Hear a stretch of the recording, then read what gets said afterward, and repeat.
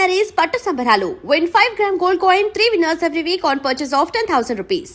ఇప్పుడు అంటే మీరు మీరు శోభన్ బాబు గారికి కూడా చాలా క్లోజ్ కదా సార్.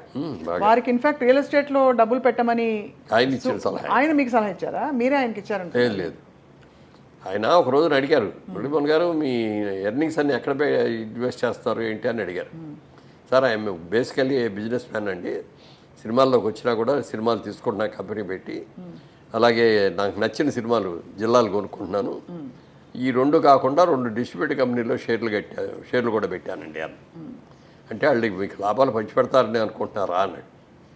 పంచిపెడతారండి, చాలా మంచి వాళ్ళండి అని. మిమ్మల్ని మీ అంత పిచ్చాళ్ళు ఎవరో ఉండరు, వాళ్ళు కష్టపడి సంపాదించి ఆ డబ్బుల్ని మీకు పంచుతారంటే వాళ్ళు తినగా ఏమైనా మిగిలితే మీకు ఇస్తారు ఎవరు ఇట్లా అన్నాడు. కాదండి అన్న, మొత్తానికి 2 కూడా ఫెయిల్ అయిపోయాయి. సంవత్సరం అయిన తర్వాత 2 పోవటం కాకుండా నా డబ్బులు కూడా మళ్ళీ పెట్టిన డబ్బులు పోవటమే కాకుండా మళ్ళీ మిగిలిన డబ్బులు కూడా అప్పులు తెచ్చా కదా. అప్పుడు మళ్ళీ ఆయన దగ్గరికి వెళ్ళి అడిగేమండి, మీరు చెప్పినట్టే అయింది, మీరు నాకంటే సీనియర్ హీరో, నాకంటే పెద్ద హీరో, నాకంటే ఎక్కువ రెమ్యూనరేషన్ తీసుకుంటున్నారు, మరి మీ డబ్బులంతా ఎక్కడ ఇన్వెస్ట్ చేస్తున్నారండి అని అడిగితే అప్పుడు చెప్పాడు ఆయన, ఈ ప్రపంచంలో 3 వంతులు సముద్రమే ఉంది, 1 వంతే భూమి. ఆ భూమిలో కూడా మంచు పర్వతాల మీద మనం వెళ్ళి ఉండలేము, అలాగే ఎడారుల్లో మనం ఉండలేము. నివాసయోగ్యమైన స్థలాలు తక్కువే ఉంటాయి, ఈ భూమిని ఎవరో పెంచలేరు, భూమి అలాగే ఉంటుంది. జనాభా విపరీతంగా పెరుగుతున్నారు ప్రపంచ యావత్తు. రాబోయే రోజుల్లో ల్యాండ్కి డిమాండ్ వస్తాయని చెప్పి నేను మొత్తం ల్యాండే కొంటాను. అబ్బాయి ఎంత బ్రిలియంట్, అందరికీ తెలిసింది ఆయన, సముద్రం ఇంత, ఈ భూమి ఇంత అని తెలుసు మనకి, కానీ ఈ క్యాలిక్యులేషన్ చెప్పింది ఆయన. ఎంత ఆయన మొత్తం ఎంత భూములు కొన్నాడో తెలుసు అండి మెడ్రాస్ చుట్టుపక్కల. ఎంత సార్ సుమారు? అసలు ఐడియా కూడా లేదు నాకు. అడిగాడు అంటే ఆయన 5,000 ఎకరం 5,000తో కొన్నాయి, ఇప్పుడు 5 కోట్లు అయింది. బాబా అంటే ఎన్ని వందల ఎకరాలు కొని ఉంటారు ఆయన? చెప్పడం కష్టం కదా, ఎవరికి చెప్పేవాడు కాదు. ఎక్కడ పోయే ఆస్తులన్నీ వాళ్ళ వారసులకు వెళ్ళే చెందయ్యా? అంతే కదా, కొడుకున్నాడు కదా, కొడుకు కూతుళ్ళు ఫ్యామిలీ ఉన్నారు, వాళ్ళకే వెళ్ళేది, బయట ఎక్కడికి పోలేదు. ఆయన ఇవి తప్ప ఏమి డిస్కస్ చేయలేదు సార్ ఇప్పుడు ఆయన జీవితం గురించి? అంటే అప్పట్లో జయలలిత గారిని అవి మాట్లాడేవారు కాదు, కానీ ఇప్పుడు ఒక్కసారి మాత్రం అన్నాడు, చాలా హ్యాపీగా ఫీల్ అయ్యేవాడిని. అది అంటే ఒక వండర్ఫుల్ వైఫ్ లాగా అనిపించేది ఆవిడ నాకు, జయలలిత గారు. బట్ దెన్ దేవర్ మ్యారీడ్ కదా సార్, అంటే దేవర్ అంటే ఒక బంధంలో ఉన్నారు. అంతే కదా, మ్యారేజ్ అని చేసుకోలేదు. అదే చూస్తే అనిపిస్తుంది సార్, అంటే జీవితం చిన్నది, అప్పుడప్పుడు అనిపిస్తుంది బాధ్యతలు కరెక్టే ఉండాలి, చూసుకోవాలి అందరినీ, బట్ మనసుకి ఎవరు మాట చెప్తారు సార్? ఆత్రేయ గారు చెప్తే కూడా విందు మనసు మాట. సో అది అన్నీ దాటుకుంటూ మీరు కింగ్ సార్ నిజంగా. ఎందుకంటే అన్నిటినీ రెసిస్ట్ చేసి మీరు డిసైడ్ చేసేసుకున్నారు కాబట్టి అది. అప్పుడు ఆ సోమన్ బాబు గారు ఐడియా పెట్టుకొని హీరో వేయట్లేదు, క్యారెక్టర్ రోల్స్కి వస్తాం అని క్యారెక్టర్ రోల్స్ చేస్తా అంటే, హీరో ఫాదర్ లాగా లేడండి, బ్రదర్ లాగా ఉన్నాడండి అని అంట మొదలెట్టారు. నేను ఎక్స్పెక్ట్ చేసిన లెవెల్లో క్యారెక్టర్స్ రాలా. ఇప్పుడు మనం ఇంక దీని మీదే బేస్ అయితే మనం దెబ్బతింటుంది, ఉన్నదంతా తిట్లా కూర్చుంటే బిజినెస్ చేయాలని అప్పుడు హైదరాబాద్ షిఫ్ట్ కూడా అయ్యాయి కాబట్టి అప్పుడు సోమన్ బాబు గారు చెప్పిన ఐడియాతో రియల్ ఎస్టేట్లోకి దిగడమే కాకుండా రాణించారు సార్. అసలు హౌ టు రాణించారంటే అందరు కూడా వద్దన్నారు ఇక్కడికి రాగానే. ఇక్కడ అన్ని మోసాలు, గోండాయిజం చాలా ఉంటుందండి. నెక్స్ట్ అదే అడగబోతున్నాను, అమ్మిన పొలాన్ని మళ్ళీ ఇంకోటి రిజిస్ట్రేషన్స్, ఇవన్నీ డబుల్ రిజిస్ట్రేషన్, ట్రిపుల్ రిజిస్ట్రేషన్లు జరుగుతాయండి అన్నాడు. నేను మాత్రం అలా చేయను. ప్రతి వాడికి కూడా నాకు అంటూ ఒక చిన్న ఇల్లు కట్టుకోవాలనే ఆశ ప్రతి ఒక్కడికి ఉంటుంది.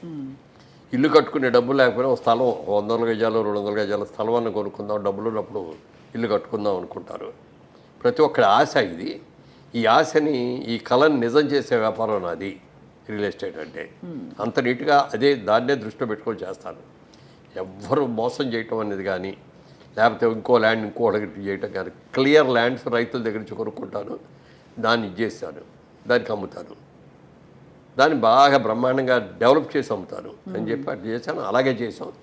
ఇవాళ ఈ స్టేజ్లో ఉన్నామంటే ఆ జైవేరీ సంస్థకు వచ్చిన పేరు, ఆ నిజాయితీగా ఇన్నేళ్లలో మీరు చూస్తే, నా చిన్నప్పటి నుంచి కూడా, చిన్నప్పుడు మా ఊర్లో ఉన్నప్పుడు కానీ, స్కూల్లో కాలేజీలో చదువుకున్నప్పుడు కానీ, విజయవాడలో బిజినెస్ చేసినప్పుడు కానీ, మెడ్రాస్ వచ్చి సినిమా రంగంలో ఉన్నప్పుడు కానీ, హైదరాబాద్ వచ్చి మళ్ళీ రియల్ ఎస్టేట్లో వచ్చిన తర్వాత కానీ, రాజకీయాల్లో ఉన్నప్పుడు కానీ, ఎప్పుడు ఎక్కడ ఒక బ్లాక్ మార్క్ మురళీమోహన్ ఈ తప్పు చేశాడు అనేది రాకుండా బతికారు.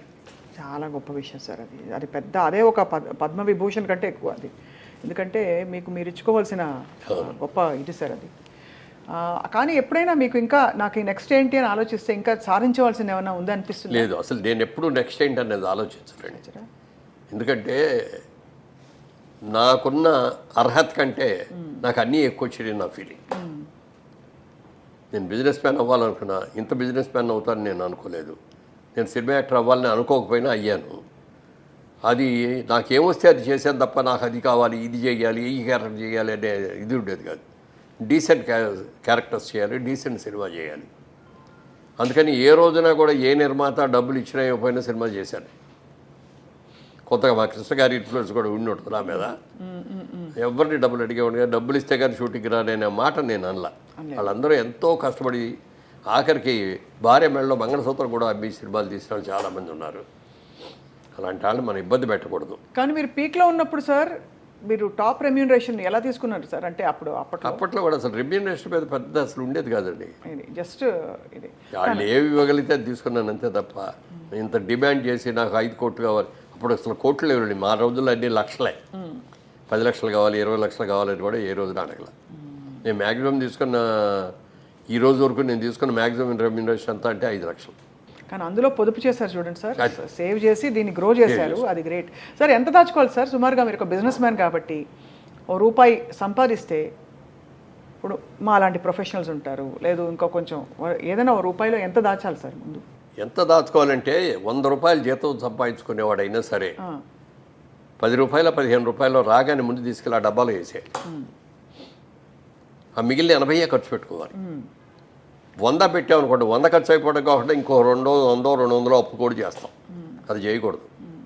నేను ఉన్నా లేకపోయినా, తిన్నా తినకపోయినా ఈ ₹20 ఈ 20% తీసుకెళ్ళి నేను పక్కన వేయాల్సిందే అనేది స్ట్రిక్ట్గా పెట్టుకుంటే ఈజీగా పైకి రాగలుగుతాం. ఈజీగా అంటే వేస్ట్ అవ్వకుండా ఉన్నంతలో జాగ్రత్త చేసుకుంటాం. ఆ వచ్చిన దాన్ని మళ్ళీ అదిగో ఆ ఫ్రెండ్ అడిగాడు, లేకపోతే వీళ్ళు అడిగారు, ఈ ఆడేదో మందు తాగితే ఏదో అప్పు అడిగాడు, ఇవన్నీ ఇవ్వకూడదు. జాగ్రత్త పడాలి. జాగ్రత్త. అండ్ ఇంకోటి సార్, క్రెడిట్ కార్డు ఉండడం మంచిదంటారా ఒక వ్యాపారవేత్తగా? క్రెడిట్ కార్డు ఉండటం అనేది డెఫినెట్గా ఇప్పుడు అవకాశాలు చాలా ఉంటాయి. అవకాశాలను సద్వినియోగం చేసుకునే వాళ్ళందరికీ ఉపయోగపడతాయి, దుర్వినియోగం చేసుకునే వాళ్ళకి అందరికీ కూడా ఇది అవుతుంది. మీరు అమెరికా లాంటి దేశంలోకి వెళ్ళి చూస్తే క్రెడిట్ కార్డు అని ప్రతి దగ్గర క్రెడిట్ కార్డు, డబ్బు డీలింగ్ ఉండదు అసలు. అవును. పెట్రోల్ కొడుచుకున్నా క్రెడిట్ కార్డే పెడతారు, షాపింగ్కి వెళ్ళినా కూడా క్రెడిట్ కార్డు ఇస్తారు, అన్ని చోట్ల ఇదే. ఇక పండగలు వచ్చాయి, క్రిస్మస్ లాంటి పండగలు వచ్చాయంటే అసలు ఎన్ని కొట్టేస్తారో చెప్పడానికి లేదు. అవసరం ఉన్నాయి లేని అన్నీ కూడా. ఆ రోజు జేబులో డబ్బులు ఉండక్కల క్రెడిట్ కార్డు తీసి ఇస్తారు, వాడు దాంట్లో పెడతాడు, ఇచ్చేస్తాడు. అది ఆ క్రెడిట్ కార్డు అప్పులు తీర్చడానికి మళ్ళీ బోల్డెన్ అప్పులు చేసే సందర్భం. అదే కదా. క్రెడిట్ కార్డు ఏంటంటే అవసరానికి జేబులో డబ్బు కాకుండా ఇది కూడా ఒక కరెన్సీ. పేపర్ కరెన్సీ కంటే కూడా ఇది ఒక, కానీ అది హద్దుకు మించి ఖర్చు పెట్టడానికి కాదు. అంతే కదా, అదే అది ఉంది కదా. కన్వీనియన్స్. రేపు చూసుకుందాలే, వచ్చే నెల కడదాంలే అని అనుకుంటే అప్పు చేయడం చాలా తేలిక, కానీ అప్పు తీర్చడం సేవ్ చేసుకోవడం అనేది చాలా కష్టం. అది తెలుసుకోవాలి.